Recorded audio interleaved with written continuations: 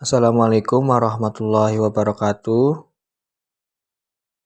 Di sini saya akan mempresentasikan tugas akhir mata kuliah analisis dan visualisasi data.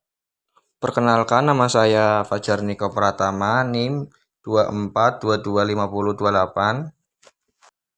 Saya membahas tentang latar belakang analisis dan visualisasi data stroke.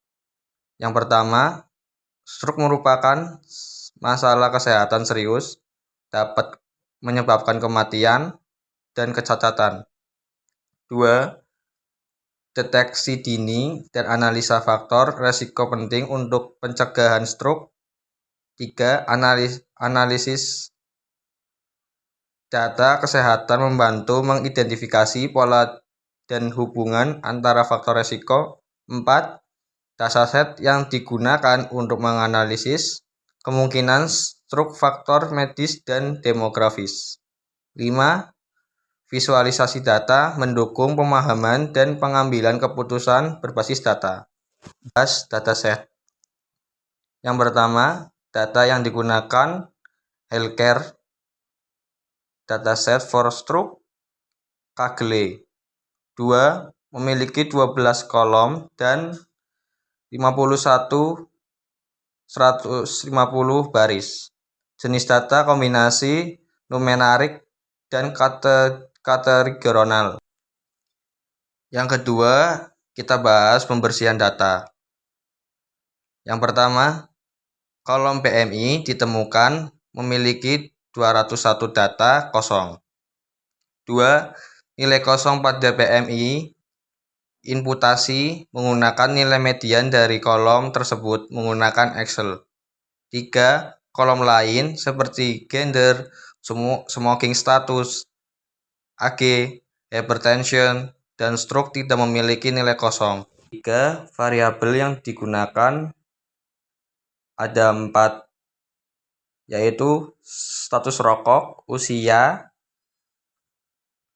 jenis kelamin, dan jenis pekerjaan. Kita bahas yang pertama, status rokok. Diagram batang, hubungan antara status merokok dan jumlah kasus stroke. Usia, diagram batang terpisah yang menggunakan frekuensi stroke berdasarkan kelompok usia. Yang ketiga, jenis kelamin. Diagram lingkaran distribusi kasus stroke berdasarkan jenis kelamin. Dan yang terakhir, jenis pekerjaan. Packet bubble distribusi kasus stroke berdasarkan jenis pekerjaan. Kita selanjutnya akan membahas hasil visualisasi stroke berdasarkan status rokok. Grafik batang menunjukkan bahwa orang yang tidak merokok memiliki jumlah tinggi 90 terkena stroke. Dan dilanjutkan orang sebelum merokok 70 kasus. Lalu orang yang tidak kena rokok atau orang yang tidak merokok 47 kasus. Orang yang merokok aktif memiliki persentase 42 kasus yang terkena. Implementasi awal hasil visualisasi status rokok mengakibatkan stroke bukan karena rokok aktif, melainkan tidak merokok karena non-perokok berisi lebih banyak orang. Yang kedua, hasil visualisasi frekuensi stroke berdasarkan usia. Bar chart dengan pembagian kelompok usia sebagai berikut. 1. Penyakit stroke yang paling sedikit di umur 40 tahun. 2. Pada umur 51 sampai 60 kasus stroke meningkat signifikan 49 kasus. Ketiga, pada umur 70-an semakin meningkat. Implementasi awal ada kolerasi yang kuat usia lanjut dan peningkatan resiko stroke. Usia merupakan salah satu prediktor paling kuat dalam kejadian stroke menurut literatur media. Prediksi stroke berdasarkan pekerjaan. Pekerjaan privat 149 kasus. Yang pertama, tingkat stres tinggi karena faktor target, jam kerja, ketidaknyamanan. 2. Gaya hidup yang kurang baik. 3. Kurang check up kesehatan karena sering bekerja. Yang kedua, pekerjaan wirausaha 65 kasus. 1. Karena jam kerja yang tidak fleksibel. 2. Tekanan mental. 3. Kurangnya asuransi kesehatan dalam pekerjaan wirausaha. Yang terakhir, pegawai negeri 33 kasus. Yang pertama, beban kerja yang terstruktur. 2. Asuransi kesehatan terjamin dan didukung oleh relasi yaitu cuti. Selanjutnya, hasil visualisasi stroke berdasarkan gender.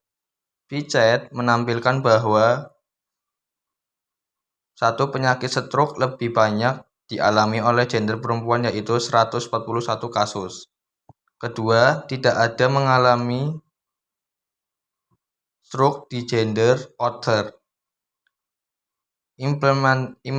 Implementasi awal di dataset ini, perempuan lebih banyak mengalami penyakit stroke. Hal ini disebabkan oleh harapan umur lebih tinggi, sehingga lebih banyak rawan penyakit stroke pada perempuan.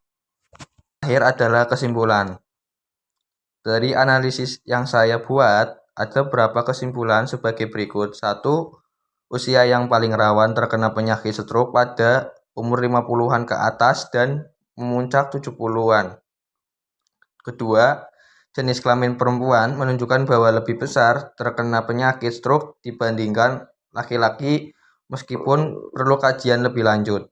Ketiga, status merokok dalam dataset ini tidak secara berlangsung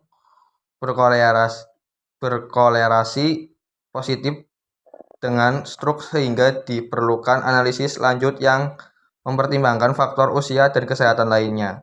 4. Jenis pekerjaan berpengaruh terhadap distribusi kasus stroke. Pekerjaan swasta memiliki jumlah kasus tertinggi yang mengidentifikasi potensi hubungan antara kerja, stres, dan risiko stroke. Kelima, visualisasi menggunakan Tableau sangat membantu dalam menyelesaikan dataset meskipun tidak cukup untuk menyimpulkan hubungan kausul tanpa analisis statistik tambahan.